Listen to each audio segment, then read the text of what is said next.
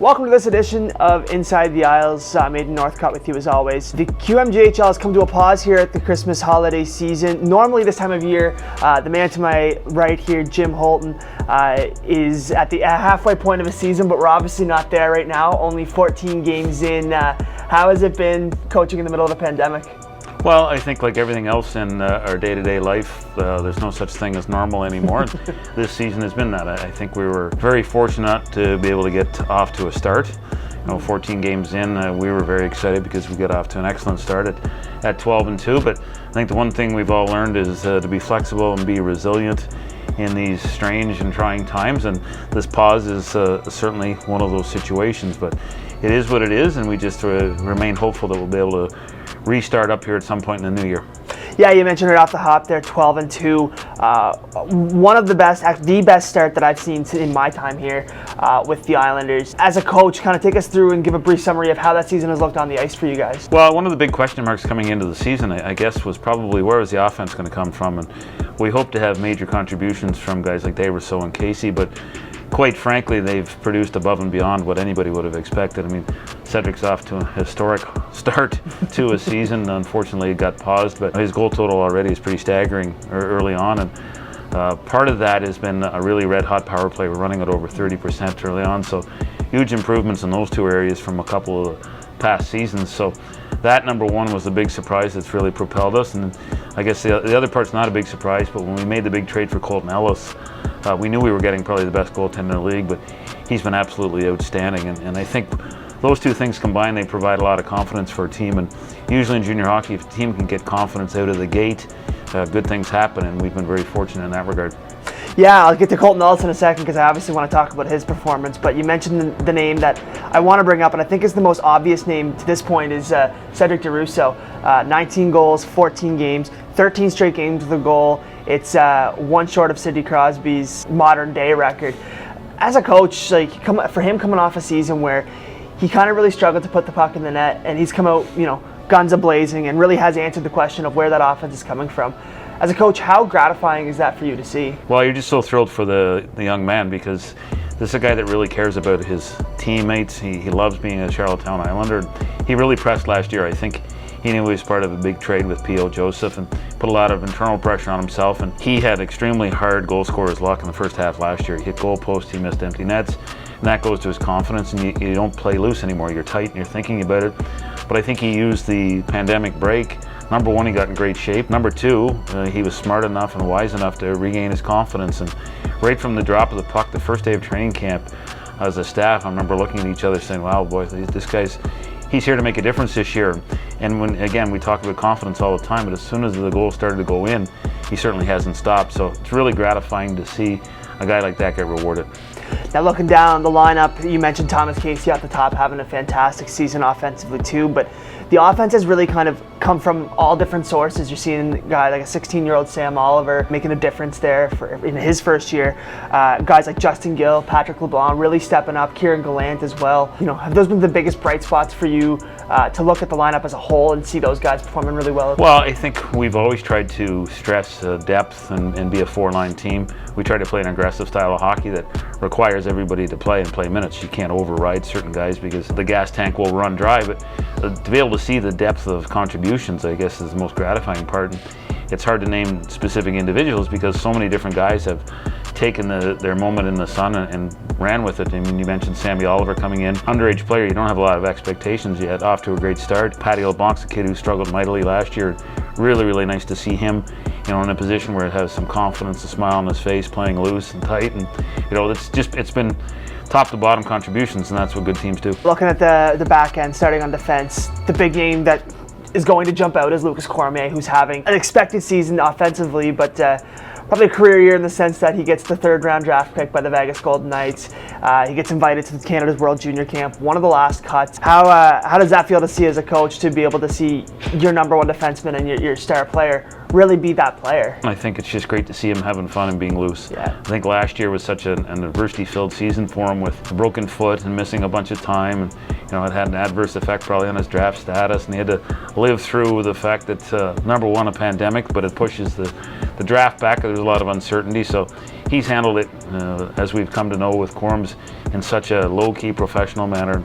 Nothing bothers him, but it was just great to see how loose he was on the ice. He was having fun. He was an absolutely dominant player. It's pretty sad that we've come to expect that of him, and sometimes you have to step back and realize exactly what he's doing at 18 years old, but we're really lucky to have him on our sweater. Now, looking at the defense as a whole, top four group has really kind of come into their own, really majorly stepped up, as was to be expected, to the point that, your top four is looked at as probably one of the best in the league. Talk about those guys for a minute and about the contributions you're getting, not just from Cormier, but from guys like Noah Lowen, Oscar Plandowski, Willie Trudeau, and the like. We knew coming into the season that goaltending and defense is probably going to be the backbone of our team, and a lot of our success was going to be derived out of those positions. And I think one of the hidden aspects of our offense is how much of a push we're getting from the back end.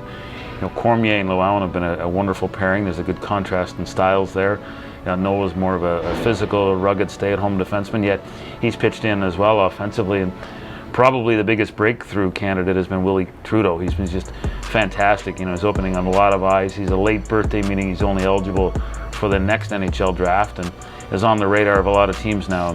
He just continues to elevate his game on a day-in, day-out basis. And Oscar Plandowski is a young kid that came in with a lot of hype and a lot of promise, and it's a difficult position to play as a 16-year-old, but to see his renewed confidence, he got bigger, faster, stronger in the offseason, and you can really see the results on the ice. And I think we're only scratching the surface with Oscar. I think, again, now that he's got that first goal under his belt, I think you'll see him take off and really flourish in the second half. And we've had some great contributions from Ryan Maynard, a free agent out of Ontario, Anthony Hamel, who's a team favorite and crowd favorite, and Felix Tremblay. Like, all these guys have chipped in and done a wonderful job, and I think that unit has been really, really strong for us. In goal, you mentioned it off the top, the contribution from Colton Ellis. It really has kind of become a foregone conclusion when it comes to Charlottetown Islander hockey that you're going to have strong goaltending, and to see Colton Ellis really live up to the hype of being that, it was a big acquisition to bring him in. To see him live up to that hype has been something to see. I think you said has been expected.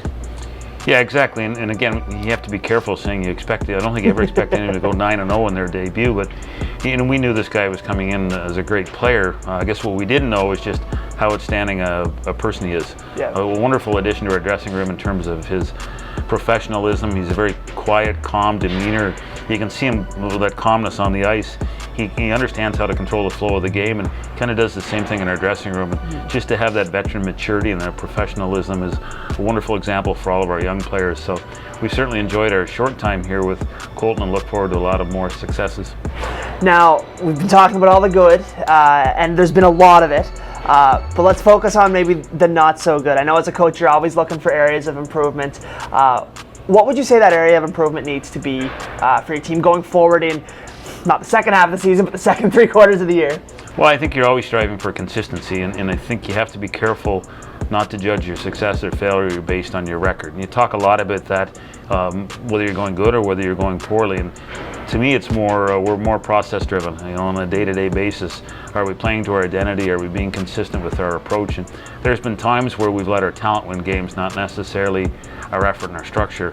And that's fine early in a season, but that will catch up to you as the season progresses. And this is going to be a very unique situation. We're hoping that we're starting the race halfway through, we're not starting over again. And I think that's going to be a key. Whichever teams can kind of pick up where they left off and continue to build on their identity and can build on their consistency as opposed to starting over are going to have a leg up on things. Now, taking the coach's hat off for a second and putting the GM hat on. As always is at this time of year, the Christmas trading period is upon us. It's coming up here. How much has changed given the pandemic and given the uncertainty of the season? How much has changed in your conversations with other GMs? Pretty much everything has changed. I think it's a very, very challenging time to assess rosters, to project what's going to happen in a season. I think if you look back a year ago, some teams loaded up mightily, but they didn't have the wisdom of knowing a pandemic was coming. None of us did. Now we do know. We do know we're in the midst of a pandemic, and unfortunately we can't predict when it's going to be over. So I think there's a lot of cautious approaches being out there, us being one of them. I don't think it's a year that you're going to see a lot of teams load up in terms of selling off futures and draft picks for a half a year hit. So I think because we also have the knowledge that this season unfortunately could be canceled at some point. So there's a lot of leeriness. The trade window is going to open at the same time, but it's going to have to be pushed back. I mean, you have us with 14 games, and on the other end of the spectrum, you have a Sherbrooke team that's played 5 games. Right. So the evaluation of the roster is very, very difficult right now. So I'm curious. I think we're all curious to see what's going to happen when the window opens. Is there going to be any activity? Right. Will it be very busy? Will things happen later? And I'm not sure we're going to know the answer for a while. It is Christmas. It is the trading period. Everybody has their wish list. What would be on your wish list for your team?